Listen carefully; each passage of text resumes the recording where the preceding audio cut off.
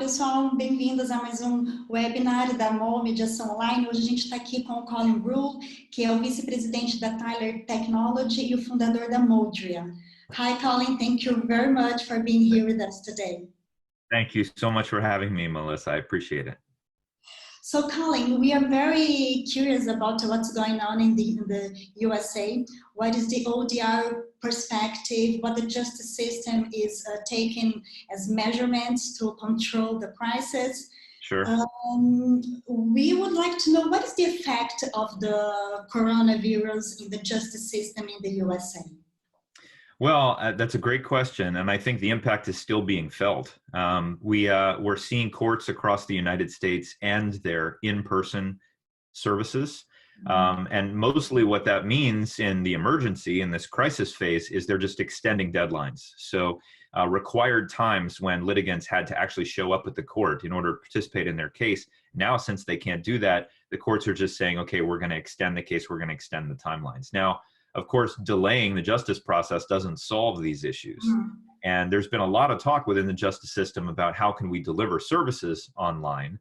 Richard Suskind's book recently came out, Online Courts and the Future of Justice. And this has been a hot topic in the United States for quite some time. The National Center for State Courts, which is sort of our leading consulting / think tank about the courts, has been pushing courts hard to come up with a strategy for how they could open up online services, particularly through online dispute resolution and what they call litigant portals. And about 50 courts in the US have online dispute resolution services currently operating or are getting ready to launch those services. But I think this crisis with COVID-19 has really accelerated that timeline.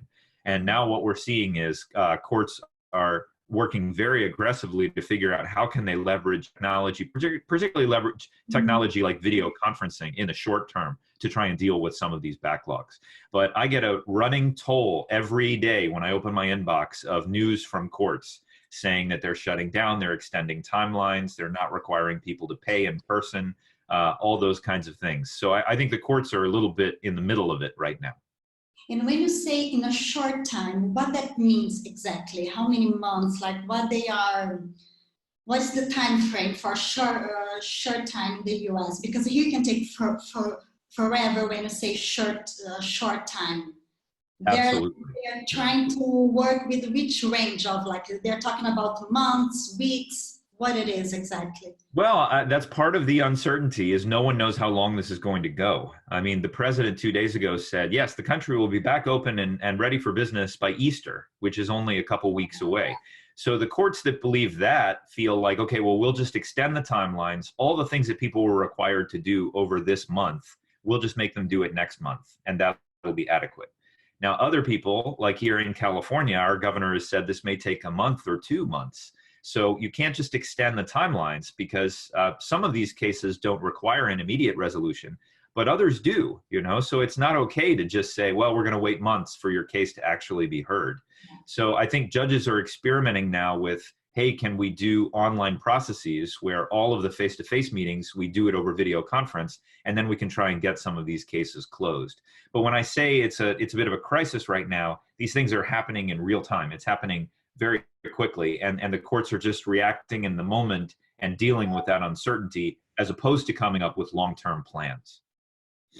Great.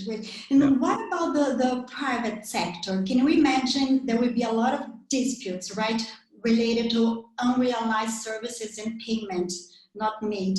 Are the US companies aware of the possibility to use ODR systems?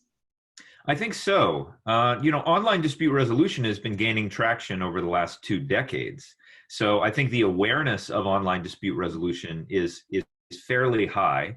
But the notion that ODR could be applied to all these different case types, I think, is relatively new. It's the crisis where the government says you can't leave your house, you have to do this online. Suddenly, people who've been very skeptical about online interaction, they're being forced into it. And now that they're trying it out in their caseloads, I think they're starting to realize, wow, ODR could be useful for me in this way or that way. So I think the world that we had a month ago is never going to come back. Now that people are experimenting with these tools and realizing their utility, I think even when the crisis ends, people are still going to continue to use these tools. And I think that's particularly true in the private sector. Yeah.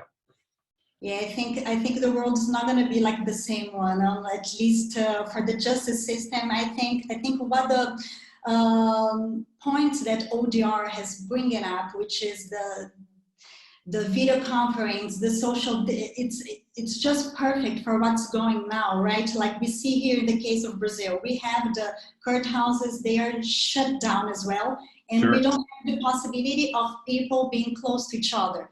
So the two things that we worked here in MAL, at least, which is the extra judicial and the online, those are the two things that really benefits the service such as MAL, as Modria, and all the others ODR providers.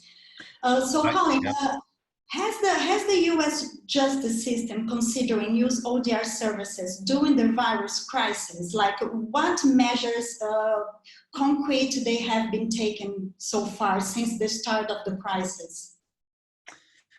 Well, again, since we're so early into it, I think that most courts are still just leveraging video conferencing solutions to replace some of the need for face-to-face. We do have, in the courts, there's a long-term trend towards e-filing and towards online communication with parties about the status of their case. And I think the courts that have invested in that are reaping the rewards now.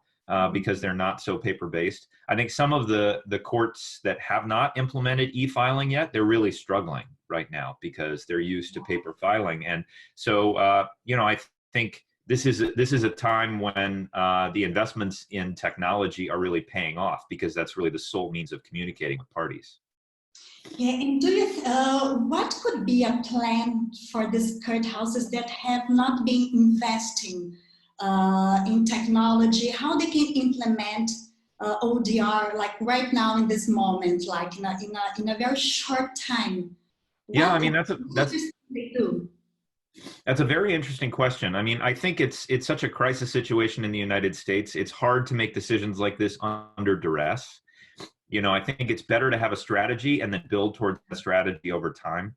I think the use of video conferencing is sort of a stopgap, is a wise thing to take on right now in the near term, because it's not really that disruptive for lawyers and for judges and for parties. They say, okay, instead of going to the courthouse, click on this link. For no one, so easy. Everybody uses. That's true. And you can do it on your phone and you don't have to install anything. Yeah. So I think it's but the reality is it does not generate nearly the benefits that we talk about in the ODR field in terms of the use of technology. It's not that much more efficient. Yes, people don't have to leave their houses. They don't have to drive across town, but you still have the same issues in terms of scheduling and people not showing up. And, video conferencing doesn't solve a lot of the document issues in terms of generating the paperwork and working out details. So I think video conferencing is almost like training wheels for an ODR process. I think what courts need to think about is, how can you enable online filing? How can you enable online communication between the parties so they can work their issues out asynchronously? So you don't even need to worry about scheduling. They can just log in and communicate with the other party and work something out. So that's where things are headed. But I think that this crisis has precipitated people. It gives more legitimacy to the use of technology. So I think that's really the key issue. Yeah. And do you think it is possible to implement an ODR tool in the middle of the crisis? Is it realistic? I don't think so. I don't think a lot of these court ODR systems are going to be deployed in the next several weeks. I think that's unrealistic, just because there are a lot of design decisions that need to take place. And I think those design decisions take time, and you want to be reflective and you want to make sure the judges and the court administrators are all bought in on those decisions. So it's not like you want to say, okay, emergency, we're going to deploy ODR, we're going to do it in a week in response to this crisis, and then you just sort of implement everything by fiat.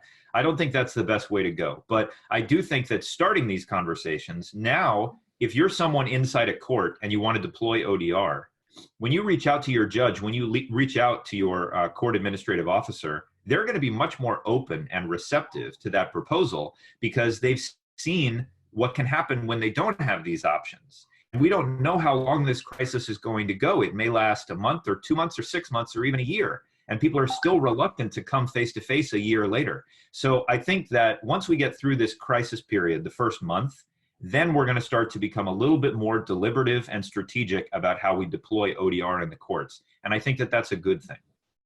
When we approach like this, what are the concrete results from the courthouses that have already implemented ODR systems? Like, what are the great benefits they have achieved already? Absolutely. Yeah. So if you look at the longest running online dispute resolution mechanisms in the courts, like the Civil Resolution Tribunal in British Columbia, the results they've gotten are incredible. Very high satisfaction, very fast time to resolution, very low default rate, meaning the parties are participating because they can do so online. If you look at courts like Franklin County in Ohio or Clark County, where we've deployed our system for family disputes, we see very high engagement rates, very fast time to decision. In Clark County, where we deployed our system, if you resolve your case through the court, it usually takes 2 months or more. If you resolve your case through face-to-face mediation, it usually takes about a month. If you resolve your dispute through online dispute resolution, on average, it takes about 6 days. So the statistics are overwhelming, and the parties say, we strongly prefer using these techniques to resolve our disputes over the traditional court process. The numbers are very, very strong. We are really hoping that at least after this crisis, the world will be changed for better. Absolutely. Absolutely. Yeah. There's so much more. The Pew Charitable Trust, which is a large foundation in the United States, they've invested millions of dollars in academic teams to research court ODR and prove not only the short-term benefits, but also the longer-term benefits, that the decisions are more robust and that the courts really, these cases don't return to the courts. So I think it's going to take us a few years to get that empirical data. But when we do, case for online courts and ODR will be so strong, it'll be very hard to argue against. Well, Colin, thank you so much. That was a very good conversation. It's very good to hear what's going on in the USA. Good talking to you. Very good. Thank you so much, Melissa. Stay well and keep in touch. Keep up the good work. You too. Bye-bye. Thank you. Okay. Bye-bye.